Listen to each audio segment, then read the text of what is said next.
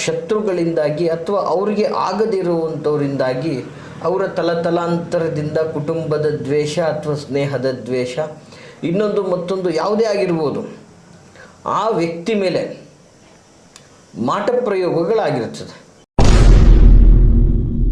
ವಿಪರೀತ ಸಾಲದ ಸುಳಿಯಲ್ಲಿ ಸಿಲುಕಿ ಆಸ್ತಿಗಳನ್ನು ಮಾರಾಟ ಮಾಡಲಿಕ್ಕಾಗದೆ ಅಥವಾ ಮಾರಿದ್ರೂ ಸಹ ಅದನ್ನು ಸಮರ್ಪಕವಾಗಿ ಯುಟಿಲೈಸ್ ಮಾಡ್ಕೊಳ್ಳೋಕ್ಕಾಗದೆ ಇವತ್ತು ಜೀವನದಲ್ಲಿ ತುಂಬ ನೊಂದಿರ್ತಾನೆ.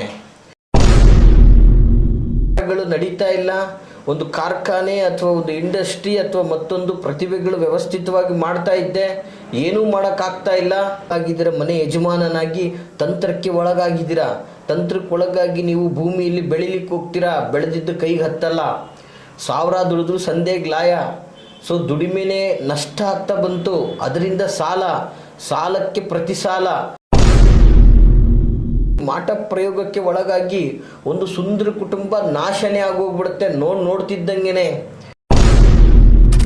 ವೀಕ್ಷಕರೇ, ನಾನು ನಿಮ್ಮ ಮೈಸೂರಿನ ಶ್ರೀನಿವಾಸನ್. ವೀಕ್ಷಕರೇ, ಸಾಮಾನ್ಯವಾಗಿ ಇವತ್ತೊಂದು ದಿನ ಒಬ್ಬ ವ್ಯಕ್ತಿ ಅಜಾನುಭಾವವಾಗಿ ಜೀವನದ ಒಂದು ಮೌಲ್ಯಯುತವಾದಂತಹ ವ್ಯವಸ್ಥೆಯಲ್ಲಿ ಸಾಗ್ತಾ ಇರ್ತಾನೆ.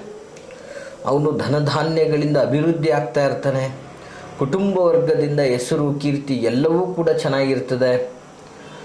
ಸೊ ಇಂತಹ ಒಂದು ವ್ಯವಸ್ಥೆಯಲ್ಲಿ ಹೋಗ್ತಾ ಇದ್ದಂಥವನಿಗೆ ಬಹಳ ಕೆಟ್ಟ ದೃಷ್ಟಿಗಳು, ಅಂದರೆ ಬಹಳ ಕೆಟ್ಟದಾಗಿ ಕೆಲವು ಶತ್ರುಗಳಿಂದಾಗಿ ಅಥವಾ ಅವರಿಗೆ ಆಗದಿರುವಂಥವರಿಂದಾಗಿ ಅವರ ತಲತಲಾಂತರದಿಂದ ಕುಟುಂಬದ ದ್ವೇಷ ಅಥವಾ ಸ್ನೇಹದ ದ್ವೇಷ ಇನ್ನೊಂದು ಮತ್ತೊಂದು ಯಾವುದೇ ಆಗಿರ್ಬೋದು, ಆ ವ್ಯಕ್ತಿ ಮೇಲೆ ಮಾಟ ಪ್ರಯೋಗಗಳಾಗಿರ್ತದೆ. ಅಂದರೆ ಅವನು ಮಾಟ ಮಂತ್ರ ತಂತ್ರ ಪ್ರಯೋಗಗಳಿಗೆ ಒಳಗಾಗಿರ್ತಾನೆ. ಸೊ ಅಷ್ಟು ಚೆನ್ನಾಗಿದ್ದಂಥ ವ್ಯವಸ್ಥೆಯಲ್ಲಿ ಹೋಗ್ತಾ ಇದ್ದಂಥವನಿಗೆ ಈ ಒಂದು ಪ್ರಯೋಗಗಳು ಒಳಗಾಗಿದ ತಕ್ಷಣ ಆ ವ್ಯಕ್ತಿ ದಿನೇ ದಿನೇ ದಿನೇ ದಿನೇ ದಿನೇ ದಿನೇ ಎಲ್ಲವನ್ನು ಕಳ್ಕೊಳ್ಳೋಕೆ ಬರ್ತಾನೆ. ಒಂದು ಸಮಯದಲ್ಲಿ ಲಕ್ಷಾಧಿಪತಿ ಆಗಿರ್ತಕ್ಕಂಥವನು, ಒಂದು ಸಮಯದಲ್ಲಿ ಕೋಟ್ಯಾಧಿಪತಿ ಆಗಿರ್ತಕ್ಕಂಥವನು ಅಟ್ ಎ ಟೈಮ್ ಭಿಕ್ಷಾಧಿಪತಿ ಆಗಿಬಿಡ್ತಾನೆ. ಜೊತೆಗೆ ಯಾರೂ ಅವನನ್ನು ಸೇರೋದಿಲ್ಲ. ಜೊತೆಗೆ ಅವನಿಗೆ ಸದಾ ಅನಾರೋಗ್ಯ, ಆಹಾರ ಸೇವನೆ ಮಾಡಿದ್ರೂ ಕೂಡ ಬಡಕಲು ಶರೀರ. ಸೊ ಮತ್ತು ಪ್ರತಿಯೊಂದು ಕಾರ್ಯದಲ್ಲೂ ವಿಘ್ನಗಳನ್ನೇ ಎದುರಿಸ್ತಾ ಇರ್ತಾನೆ. ಅವನು ಏನೇ ಮಾಡೋಕ್ಕೆ ಹೋದ್ರೂ ತೊಂದರೆಗಳಾಗ್ತಾ ಇರುತ್ತೆ. ಇವತ್ತು ಅವನ ಜಾಗ ಜಮೀನು ಆಸ್ತಿ ಪಾಸ್ತಿ ಮಾರಾಟ ಮಾಡಲಿಕ್ಕೆ ಹೋದರೂ ಆಗ್ತಾ ಇರಲ್ಲ, ತೊಂದರೆಗಳಾಗ್ತಾ ಇರುತ್ತೆ. ಆಲ್ರೆಡಿ ಕಷ್ಟದಲ್ಲಿದ್ದಾನೆ, ಸಾಲದ ಸುಳಿಯಲ್ಲಿ ಸಿಗಾಕೊಂಡಿದ್ದಾನೆ. ಇವತ್ತು ಏನಾದರೂ ಬದಲಾವಣೆ ಕಾಣಬೇಕು ಅನ್ನುವಂತಹ ಹತಾಶೆಯಲ್ಲಿದ್ದಾನೆ. ಎಷ್ಟು ಸಮೃದ್ಧಿಯಾಗಿದ್ದಂಥವನು ಸಾಲದ ಸುಳಿಯಲ್ಲಿ ಸಿಗಾಕೊಂಡ, ಸಂಬಂಧಿಕರು ದೂರ ಆದರು, ಸಂಕಷ್ಟಗಳ ಸರಮಾಳೆನೇ ಬರ್ತಾ ಇದೆ. ಒಂದು ಸಮಸ್ಯೆ ಬಗೆಹರಿದು ಮತ್ತೊಂದು ಆರಾಮಾಗಿ ನಾನು ಜೀವನ ಸಾಗಿಸಬೇಕು ಅನ್ನುವಷ್ಟರಲ್ಲಿ ಮತ್ತೊಂದು ಸಮಸ್ಯೆಗೆ ಗುರಿಯಾಗ್ತಾ ಇದ್ದಾನೆ. ಈ ರೀತಿಯಾಗಿ ಸಮಸ್ಯೆಗಳಿಂದ ಹೊರಬರಲಿಕ್ಕೆ ಆಗದೆ ವಿಪರೀತ ಸಾಲದ ಸುಳಿಯಲ್ಲಿ ಸಿಲುಕಿ ಆಸ್ತಿಗಳನ್ನು ಮಾರಾಟ ಮಾಡಲಿಕ್ಕಾಗದೆ ಅಥವಾ ಮಾರಿದ್ರೂ ಸಹ ಅದನ್ನು ಸಮರ್ಪಕವಾಗಿ ಯುಟಿಲೈಸ್ ಮಾಡ್ಕೊಳ್ಳೋಕ್ಕಾಗದೆ ಇವತ್ತು ಜೀವನದಲ್ಲಿ ತುಂಬ ನೊಂದಿರ್ತಾನೆ. ಅಂದರೆ ಅವನು ಯಾವುದೋ ಸ್ತ್ರೀಯಿಂದ ಪ್ರಯೋಗಕ್ಕೆ ಒಳಗಾಗಿರ್ಬೋದು ಅಥವಾ ಪುರುಷನಿಂದ ಪ್ರಯೋಗಕ್ಕೆ ಒಳಗಾಗಿರ್ಬೋದು, ಸಂಬಂಧಿಕರಿಂದ ಆಗಿರ್ಬೋದು, ಅಣ್ಣ ತಮ್ಮಂದಿರಿಂದ ಆಗಿರ್ಬೋದು. ಯಾರು ಮಾಡಿದ್ದಾರೆ ಅಂತಕ್ಕಂಥದ್ದು ಇಂಪಾರ್ಟೆಂಟ್ ಅಲ್ಲ ನಾನು ಮಾತಾಡ್ತಿರುವಂಥ ಮಾಹಿತಿಯಲ್ಲಿ.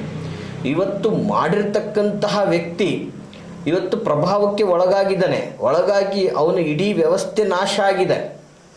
ಪ್ರಭಾವ ಆಗಿದ್ದು ಅವನ ಮೇಲೆ. ಅವನು ಕಂಪ್ಲೀಟ್ಲಿ ಉದ್ಯೋಗದಿಂದ ಅವಮಾನ ಆಗ್ತಾ ಇದೆ, ವ್ಯವಹಾರಾದಿಗಳು ನಷ್ಟ ಆಗ್ತಾ ಇದೆ, ವ್ಯಾಪಾರ ವ್ಯವಹಾರಗಳು ನಡೀತಾ ಇಲ್ಲ. ಒಂದು ಕಾರ್ಖಾನೆ ಅಥವಾ ಒಂದು ಇಂಡಸ್ಟ್ರಿ ಅಥವಾ ಮತ್ತೊಂದು ಪ್ರತಿಭೆಗಳು ವ್ಯವಸ್ಥಿತವಾಗಿ ಮಾಡ್ತಾ ಇದ್ದೆ, ಏನೂ ಮಾಡೋಕ್ಕಾಗ್ತಾ ಇಲ್ಲ. ಹೀಗೆ ನಾನಾ ವಿಧದಲ್ಲಿ ಆ ವ್ಯಕ್ತಿಯ ಒಂದು ಪ್ರಭಾವಕ್ಕೆ ಒಳಗಾಗಿ ಏನು ಮಾಡೋಕ್ಕೋದ್ರೂ ತೊಂದರೆ, ಮತ್ತು ಯಾರ ಕಡೆಯಿಂದನೂ ಫೇವರ್ ಇಲ್ಲ. ಸೊ ಎಲ್ಲೂ ಸಾಲ ಸೌಲಭ್ಯಗಳು ಸಿಗ್ತಾ ಇಲ್ಲ, ವ್ಯವಹಾರಾದಿಗಳು ಮಾಡೋಕ್ಕಾಗ್ತಾ ಇಲ್ಲ, ಇದ್ದದ್ದನ್ನು ಕಳೆದಿದ್ದಾಯಿತು. ಕಂಪ್ಲೀಟ್ಲಿ ಒಂದು ರೀತಿ ದಟ್ಟ ದರಿದ್ರದ ಛಾಯೆ ಆವರಿಸ್ಕೊಂಡಿದೆ. ಈ ಥರ ತುಂಬಾ ನೋವುಗಳನ್ನು ಅನುಭವಿಸ್ತಾ ಇರ್ತಾರೆ. ಮತ್ತು ವಿಶೇಷವಾಗಿ ಸಾಲದ ಸುಳಿ ಮತ್ತು ಈ ಮಾಟ ಮಂತ್ರ ಪ್ರಯೋಗಕ್ಕೆ ಒಳಗಾಗಿರೋದರಿಂದ ಅವರ ಮನೆಯಲ್ಲಿ ಆಗಬೇಕಾಗಿರುವಂಥ ಶುಭ ಕಾರ್ಯಗಳು ಯಾವುದು ನಡೀತಾ ಇರಲ್ಲ. ಇವತ್ತು ನೀವು ಮಾಟ ಪ್ರಯೋಗಕ್ಕೆ ಒಳಗಾಗಿದ್ದೀರ, ಮನೆ ಯಜಮಾನನಾಗಿ ತಂತ್ರಕ್ಕೆ ಒಳಗಾಗಿದ್ದೀರಾ. ತಂತ್ರಕ್ಕೆ ಒಳಗಾಗಿ ನೀವು ಭೂಮಿಯಲ್ಲಿ ಬೆಳಿಲಿಕ್ಕೆ ಹೋಗ್ತೀರಾ, ಬೆಳೆದಿದ್ದು ಕೈಗೆ ಹತ್ತಲ್ಲ. 1000 ದುಡಿದ್ರು ಸಂದೇಗ್ ಲಾಯ. ಸೊ ದುಡಿಮೆನೇ ನಷ್ಟ ಆಗ್ತಾ ಬಂತು, ಅದರಿಂದ ಸಾಲಕ್ಕೆ ಪ್ರತಿ ಸಾಲ, ಈ ರೀತಿಯಾಗಿ ಇದ್ದ ಭೂಮಿನೂ ಕಳ್ಕೊಳ್ಳೋ ಪರಿಸ್ಥಿತಿ. ಸೊ ಇರೋದ್ರೊಳಗೆ ಇರುವಂತಹ ವ್ಯವಸ್ಥೆಯಲ್ಲಿ ಕುಟುಂಬದಲ್ಲಿ ಒಂದು ಜವಾಬ್ದಾರಿಯುತವಾದಂತಹ ಮಕ್ಕಳಿಗೆ ವಿದ್ಯಾಭ್ಯಾಸ ಮಾಡಿಸ್ಬೇಕು, ಮಗಳ ಮದುವೆ ಮಾಡಬೇಕು, ಎಲ್ಲ ಮಾಡಬೇಕು. ಬಟ್ ಇವತ್ತು ಮೇಟಿಗೇನೆ ಇವತ್ತು ತಡ್ಕೊಳಕ್ಕಾಗದೇ ಇರುವಂತಹ ಪ್ರಭಾವಗಳಾಗಿದೆ. ನೋಡಿ, ಹಿರಿಯರು ಹೇಳ್ತಾರೆ ಒಂದು ಮಾತು, ಮೇಟಿ ಚೆನ್ನಾಗಿದ್ರೆ ಕೋಟಿ ದುಡಿಬೋದು ಅಂತ. ಸೊ ಹೀಗೆ ಈ ಥರ ಯಾರೋ ದುಷ್ಟ ಕೃತ್ಯಕ್ಕೆ, ಯಾರುಗಳು ಅಸೂಹೆ ಪರರು ಮಾಡಿರ್ತಕ್ಕಂಥ ಈ ಮಾಟ ಪ್ರಯೋಗಕ್ಕೆ ಒಳಗಾಗಿ ಒಂದು ಸುಂದರ ಕುಟುಂಬ ನಾಶನೇ ಆಗೋಗ್ಬಿಡುತ್ತೆ ನೋಡ್ತಿದ್ದಂಗೆನೆ. ವೀಕ್ಷಕರೇ, ಎಷ್ಟೋ ನೋಡಿರ್ಬೋದು ನೀವು, ಹಳ್ಳಿಗಳಲ್ಲಿ, ಗ್ರಾಮೀಣ ಪ್ರದೇಶಗಳಲ್ಲಿ, ನಗರ ಪ್ರದೇಶಗಳಲ್ಲಿ ನಾವು ಬಹಳ ಬಾಲ್ಯದಿಂದ ನೋಡ್ಕೊಂಬಂದಿರ್ತೀವಿ ಅವರ ಆಡಂಬರ, ಅವರ ಒಂದು ಅಭಿವೃದ್ಧಿ, ಅವರ ಒಂದು ಐಶ್ವರ್ಯ, ಅವರ ಹೆಸರು ಕೀರ್ತಿ ಎಲ್ಲ. ಬಟ್ ನಾವು ಸ್ವಲ್ಪ ವಿವೇಚನೆಗೆ ಬರುವನ್ನಷ್ಟರಲ್ಲೇ ಅವ್ರನ್ನ ನೋಡ್ತಾ ಇದ್ದರೆ ಅವರು ಸಂಪೂರ್ಣ ಬೀದಿಗೆ ಬಂದುಬಿಟ್ಟಿರ್ತಾರೆ. ಸೊ ಇದನ್ನು ನಾವು ಎಷ್ಟೋ ಕಡೆ ಲೈವ್ ನಿದರ್ಶನವಾಗಿ ನೋಡಿದ್ದೀವಿ.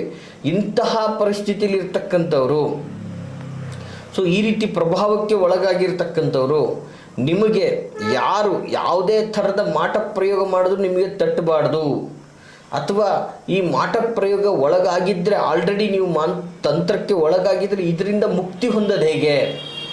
ಇದರಿಂದ ಸಂಪೂರ್ಣ ಮುಕ್ತಿ ಹೊಂದಿ ನೀವು ಅಭಿವೃದ್ಧಿಯ ದಾರಿಯನ್ನು ಹಿಡಿಯುವುದು ಹೇಗೆ? ನೋಡಿ, ಬಹಳ ಅದ್ಭುತವಾದ ಸರಳ ತಂತ್ರ ಪ್ರಯೋಗ ವೀಕ್ಷಕರೇ. ನೀವು ಯಾವತ್ತೂ ಕೂಡ ಇದನ್ನು ಕೇಳಿರಲಿಕ್ಕೆ ಸಾಧ್ಯ ಇರಲ್ಲ, ಅಂತಹ ಒಂದು ತಂತ್ರ ಪ್ರಯೋಗ ಆಗಿರ್ತದೆ. ಈ ತಂತ್ರ ಸ್ವರೂಪ ಬಹಳ ಸುಲಭವಾಗಿರ್ತಕ್ಕಂಥದ್ದು. ಇದನ್ನು ಸ್ವತಃ ನೀವೇ ನಿಮ್ಮ ಮನೆಯಲ್ಲಿ ಮಾಡಬಹುದಾದಂತಹ ಒಂದು ತಂತ್ರ ಆಗಿದೆ. ಸೂಕ್ಷ್ಮವಾಗಿ ನೋಟ್ ಮಾಡ್ಕೊಳ್ಳಿ, ಬಹಳ ಸುಲಭವಾದಂತಹ ತಂತ್ರ. ಏನಪ್ಪ ಆ ತಂತ್ರ ಅಂತಂದರೆ, ಮೊದಲನೇದಾಗಿ ನಿಯಮಿತವಾಗಿ, ಅಂದರೆ ಸುಮಾರು 7 ಶನಿವಾರಗಳ, ಅಂದರೆ ಇದನ್ನು ಪರ್ಟಿಕ್ಯುಲರ್ ಆಗಿ ಶನಿವಾರದ ದಿನನೇ ಮಾಡಬೇಕು. ನೋಟ್ ಮಾಡ್ಕೊಳ್ಳಿ ವೀಕ್ಷಕರೇ, ಈ ಇಂಪಾರ್ಟೆಂಟ್ ಸಂಗತಿಗಳನ್ನು ನೀವು ಮರಿಬಾರ್ದು. ಈ ಕ್ರಮಬದ್ಧವಾಗಿ ನೀವು ಶ್ರದ್ಧಾಪೂರ್ವಕವಾಗಿ ಭಕ್ತಿಯಿಂದ ಮಾಡಿದ್ದೆ ಆದರೆ ನಿಮ್ಮ ಮೇಲಿರುವಂತಹ ಪ್ರಯೋಗಗಳು ನಾಶವಾಗೋಗುತ್ತೆ. ನಿಮ್ಮ ಮೇಲಿರುವಂಥ ಪ್ರಯೋಗಗಳು ಕ್ಷಣಾರ್ಧದಲ್ಲೇ ನಾಶ ಆಗಿಬಿಡ್ತದೆ. ನೀವು ಅನಂತರ ಅಭಿವೃದ್ಧಿಗೆ ನಿಮಗೆ ಒಳ್ಳೊಳ್ಳೆ ಅವಕಾಶಗಳು ಸಿಗ್ತಾ ಹೋಗ್ತದೆ. ನೋಡಿ, ನಿಯಮಿತವಾಗಿ 7 ಶನಿವಾರಗಳವರೆಗೆ, 7 ಶನಿವಾರ ಕಂಪ್ಲೀಟ್ 7 ವಾರಗಳ ಕಾಲ ಏನು ಮಾಡಬೇಕು ಅಪ್ಪ ಅಂತಂದರೆ, 2 ದೊಡ್ಡ ಗಾತ್ರದ, ನೋಡಿ ವಿಶೇಷವಾಗಿ ಈ ವಸ್ತು ಕೇಳಿಬಿಟ್ರೆ ನೀವು ಆಶ್ಚರ್ಯ ಪಡ್ತೀರಾ, ಅಂತಹ ಒಂದು ಅದ್ಭುತವಾದಂತಹ ವಸ್ತು ಇದಾಗಿರ್ತದೆ. ಇದನ್ನು ತೆಗೆದುಕೊಂಡು 2 ದೊಡ್ಡ ಗಾತ್ರದ ವಸ್ತು, ಇದು ಬಹಳ ಅದ್ಭುತವಾದದ್ದು. ಇದು ಒಂದು ಆಹಾರ ಪದಾರ್ಥ. ಇದು ದಿನನಿತ್ಯ ನೀವೆಲ್ಲ ಸೇವನೆ ಮಾಡ್ತಾ ಇರ್ತೀರ, ಯಾವುದಾದ್ರೂ ಕಾರ್ಯಕ್ರಮಗಳಲ್ಲಾಗ್ಬೋದು ಅಥವಾ ಯಾವುದೇ ಒಂದು ವ್ಯವಸ್ಥಿತವಾದಂಥ ರೀತಿಯಲ್ಲಿ ನೀವು ಸೇವನೆ ಮಾಡಿರ್ತೀರ 100%. 2 ದೊಡ್ಡ ಗಾತ್ರದ ಈ ಒಂದು ಪದಾರ್ಥವನ್ನು ತೆಗೆದುಕೊಂಡು ಆ್ಯಂಟಿ ಕ್ಲಾಕ್ ವೈಸ್, ಅಂದರೆ ಗಡಿಯಾರ ಹೇಗೆ ತಿರುಗುತ್ತೋ ಆ ರೀತಿಯಲ್ಲಿ ತಲೆಯ ಮೇಲೆ ನಿವಾಳಿಸ್ಕೋಬೇಕಾಗ್ತದೆ. ಸೊ ಯಾವುದಪ್ಪ ಆ ವಸ್ತು ಅಂತಂದರೆ, 2 ದೊಡ್ಡ ಗಾತ್ರದ ಉದ್ದಿನ ವಡೆಯನ್ನು ತೆಗೆದುಕೊಳ್ಬೇಕು ವೀಕ್ಷಕರೇ. ನೋಡಿ, ಈ ಉದ್ದಲ್ಲಿ ಬಹಳ ವಿಶೇಷವಾದಂತಹ ಶಕ್ತಿ ಇದೆ. ಈ ನೆಗೆಟಿವ್ ಎನರ್ಜಿ, ಅಂದರೆ ಈ ಮಾಟ ಮಂತ್ರ ಪ್ರಯೋಗಗಳಿದೆಯಲ್ಲ, ಈ ದುಷ್ಟ ಅಭಿಚಾರಿಕದಂತಹ ಕೃತ್ರಿಮಗಳನ್ನು ನಾಶಪಡಿಸುವಂತಹ ತಾಕತ್ತು ಅದರಲ್ಲಿದೆ, ಆಯಿತಾ. ಸೊ ಅಷ್ಟು ಪವರ್ಫುಲ್ ಆಗಿರ್ತದೆ. ಇದನ್ನು ನೀವು ತೆಗೆದುಕೊಂಡು ಆ್ಯಂಟಿ ಕ್ಲಾಕ್ ವೈಸ್ ನಿಮ್ಮ ತಲೆಯಿಂದ ನೀಟಾಗಿ ಸುತ್ತಿಸ್ಬೇಕು. ಅದನ್ನು 2 ಸಲ ವಿಶೇಷವಾಗಿ ನಿಮ್ಮ ಶಿರದ ಮೇಲೆ ಗಡಿಯಾರದ ರೀತಿಯಲ್ಲಿ ತಿರುಗಿಸಿ ನಿವಾಳಿಸಿಕೊಳ್ಳಬೇಕು. ನಿವಾಳಿಸಿಕೊಂಡ ನಂತರ ವೀಕ್ಷಕರೇ, ನಿವಾಳಿಸಿಕೊಂಡ ನಂತರ ಆ 2 ವಡೆಗಳನ್ನು ಕಾಗೆಗಳಿಗೆ ಸಮರ್ಪಣೆ ಮಾಡಬೇಕು.